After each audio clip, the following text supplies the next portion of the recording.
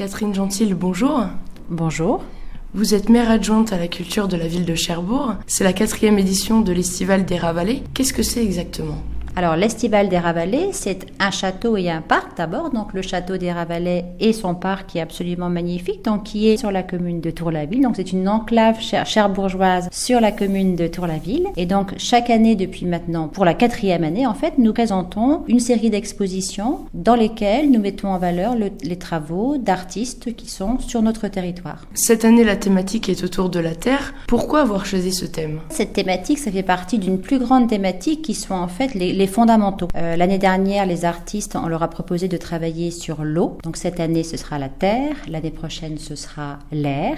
Et sans doute, l'année suivante, ce sera le feu, qui sont des thématiques fondamentales sur lesquelles les artistes aiment bien s'exprimer, en fait. Jusqu'au 6 juillet, l'exposition est prévue par l'association Pepart.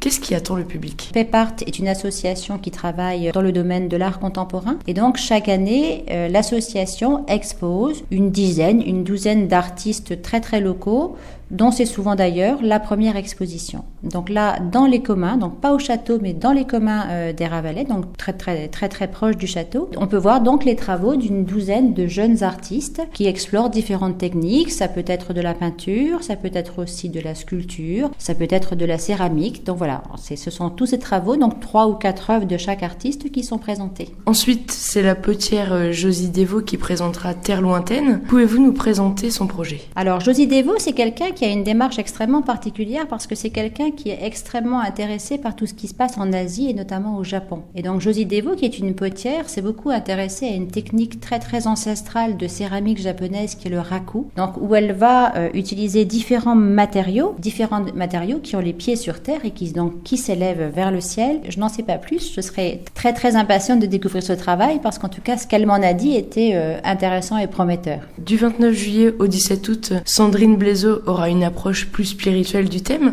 Qu'est-ce qu'elle proposera ? L'exposition de Sandrine Blaiseau s'appelle Terre à Terre, puisqu'elle répond bien sûr à la commande qu'on lui a faite, mais sauf qu'elle écrit Terre à Terre, T-A-I-R-E, et non pas T-E-2-R-E. Donc déjà, il y a un jeu de mots qui résume un petit peu sa démarche artistique, puisque Sandrine, elle s'est inspirée des travaux d'un maître japonais qui s'appelle Kakuzo Okakura. Et Kakuzo Okakura est quelqu'un qui travaille beaucoup sur la méditation et sur la manière dont on peut faire le vide en soi pour se ressourcer. Et donc en fait, la gageure de cette exposition de Sandrine Blaiseau, c'est comment exprimer le vide par un travail plastique, par un travail de sculptrice. Je n'en sais pas plus non plus.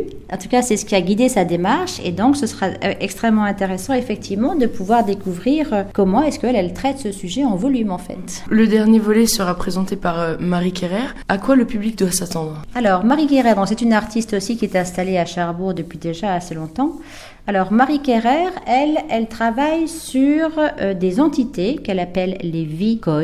Ce sont selon elle des entités qui se situeraient dans un monde un petit peu intermédiaire entre l'existence vraiment tangible et réelle et un ailleurs, d'ailleurs qu'elle ne définit pas précisément. Et donc, elle va travailler à partir de ces vikoi en essayant d'occuper un espace où elle va faire figurer effectivement un double niveau possible, le niveau de notre niveau à nous et puis un niveau plus spirituel, plus ésotérique sans doute. Donc en travaillant autour par contre de figures qui sont très identifiées, des animaux, des fleurs, des légumes, mais dans lesquelles elle introduira forcément un décalage. Avez-vous des indications pratiques à donner à nos auditeurs ? Sur le plan pratique, on trouve tous les documents qui retracent très précisément ce que j'ai dit avec les horaires, les prix, etc. On les trouve dans tous les lieux où le public peut aller à Cherbourg et on les retrouve aussi sur le site de la ville de Cherbourg.